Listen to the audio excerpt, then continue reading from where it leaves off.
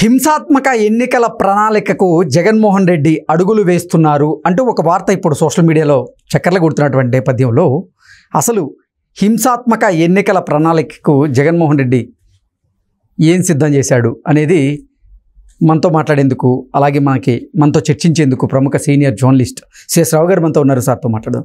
Sir hi sir. Hello.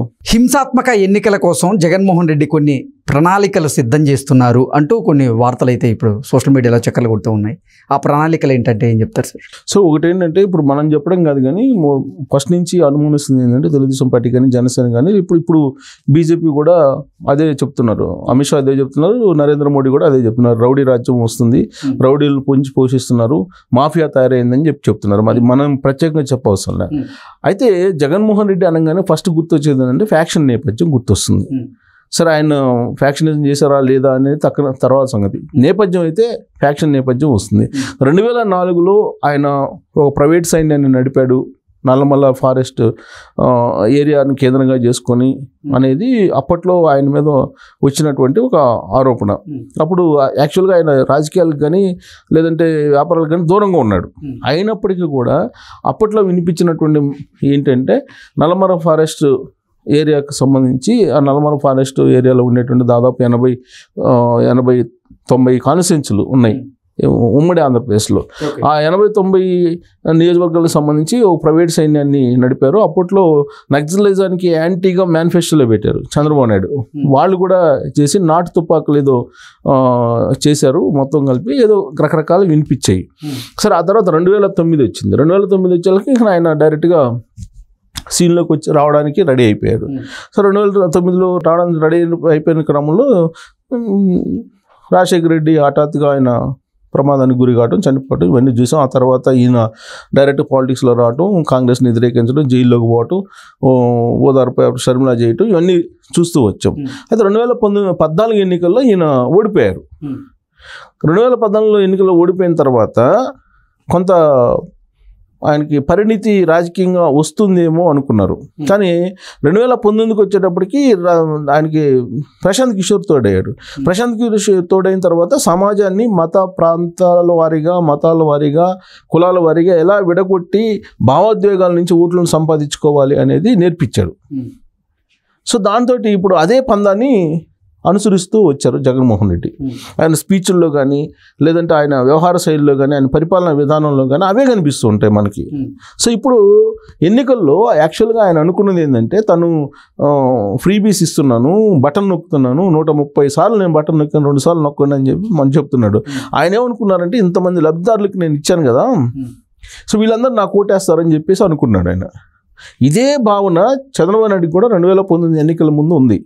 ఆయన మీకు గుర్తుందో లేదో, చంద్రబాబు నాయుడు ఆ మాట ఒకసారి ఏమాట అన్నాడంటే, నేను వేసిన రోడ్ల మీద మీరు నడుస్తున్నారు, నేను ఇచ్చిన మంచినీళ్ళు తాగుతున్నారు, ఇంకా అదేదో అన్నారు, ఇంకా చాలా నేను ఇచ్చిన ఉచిత పథకాల మీద మీరు జీవనం సాగిస్తున్నారు, మరి నాకెందుకు ఓటేరు అని చెప్పి అడుగుతూ 80% మంది పబ్లిక్ నా వైపే ఉన్నారు అని చెప్పి ఆయన ఆ రోజున భావించారు. సీన్ కట్ చేస్తే 2019లో ఏమైందో మనం చూసాం.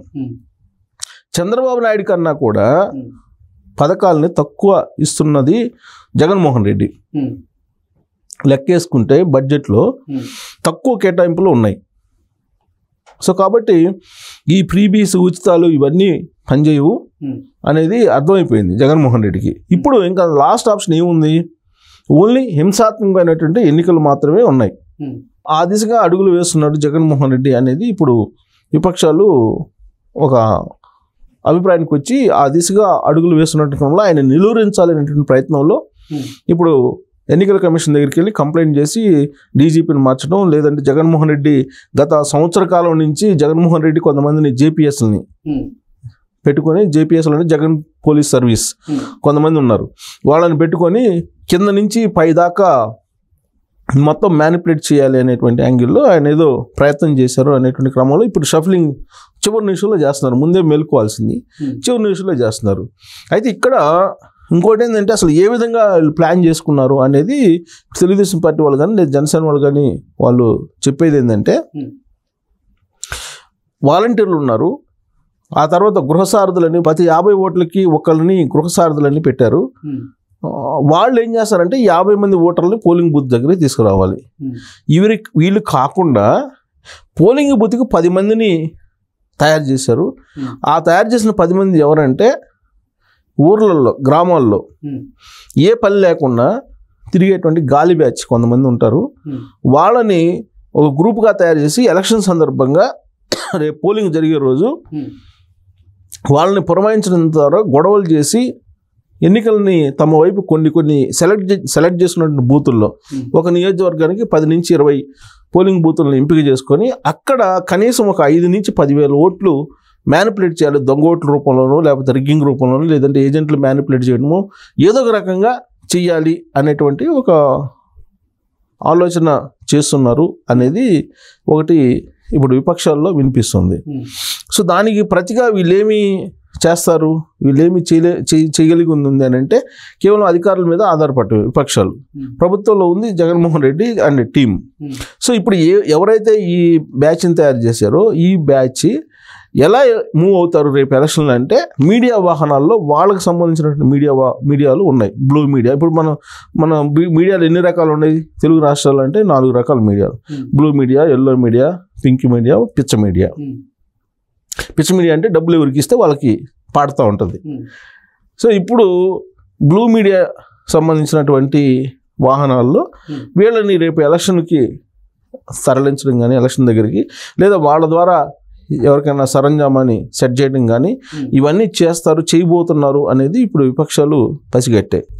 సో కాబట్టి మీడియా వాహనాలు కానీ లేదా అంబులెన్సులు కూడా ఉపయోగించుకునేటువంటి అవకాశం ఉంది.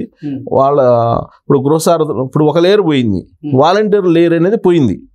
ఆ వాలంటీర్ లేయర్ అనేది పోయిన తర్వాత ఇప్పుడు గృహసారథుల లేయర్ వచ్చేసింది. ఈ గృహసారథులు లేయర్ కూడా ఇప్పుడు పూర్తి స్థాయిలో ల్యాండ్ యాక్ట్ మీద వచ్చిన తర్వాత, యాంటీగా ఉన్న తర్వాత ఇప్పుడు రంగంలో దిగింది బ్యాచ్, ఎయిర్ బ్యాచ్ రంగంలో దిగింది. ఈ ఎయిర్ బ్యాచ్కి ఏంది, తాడు బొంగరం ఉండదు. గ్రామాల్లో ఏమంటారు, తాడు బొంగరం లేకుండా తిరుగుతుంటారు అని అంటారు సహజంగా. ఈ ఎయిర్ బ్యాచ్ని రంగంలోకి దింపాలనుకుంటున్నారు. ఈ ఎయిర్ బ్యాచ్ వచ్చి ఏం చేసిందో తెలియని పరిస్థితి అనేది. అందుకే 2 రోజుల నుంచి ఎన్ని గొడవలు జరుగుతున్నాయో రాష్ట్రంలో, ప్రతి మూలలో గొడవలు జరుగుతున్నాయి. పల్నాడు ఏరియాలో అయితే రోజు గొడవలే, ఇంకా పొంగనూరులో అయితే రోజు గొడవలే. ప్రచారం చేయడానికి వెళ్ళిన వాళ్ళని కొట్టడం, లేదా ప్రచారానికి సంబంధించిన వాహనాలను తగలబెట్టడం, రాత్రికి రాత్రి ఇలాంటివన్నీ సంఘటనలు జరుగుతున్నాయి. సో ఆ క్రమంలో వీళ్ళు ఏం చేయాలి, అతి సమస్యాత్మక ప్రాంతాలను గుర్తించి స్పెషల్ ప్రొటెక్షన్ పెట్టాలి. కానీ అది కూడా పెట్టడంలో పోలీసులు కారణం ఏంటంటే ఆల్రెడీ జేపీఎస్లు ఇప్పటికి కూడా ఉన్నారు అనేది. సో ఎంత ప్రక్షాళన చేసినా అదేం పోదు, కింద నుంచి మొత్తం కన్స్ట్రక్ట్ చేసుకుని వచ్చారు కాబట్టి. సో ఇప్పుడు ఈ ఎయిర్ బ్యాచ్ తోటి మరి ఏం చేస్తారనేది చూడాలి రేపు పోలింగ్ రోజు. Okay sir, thank you so much.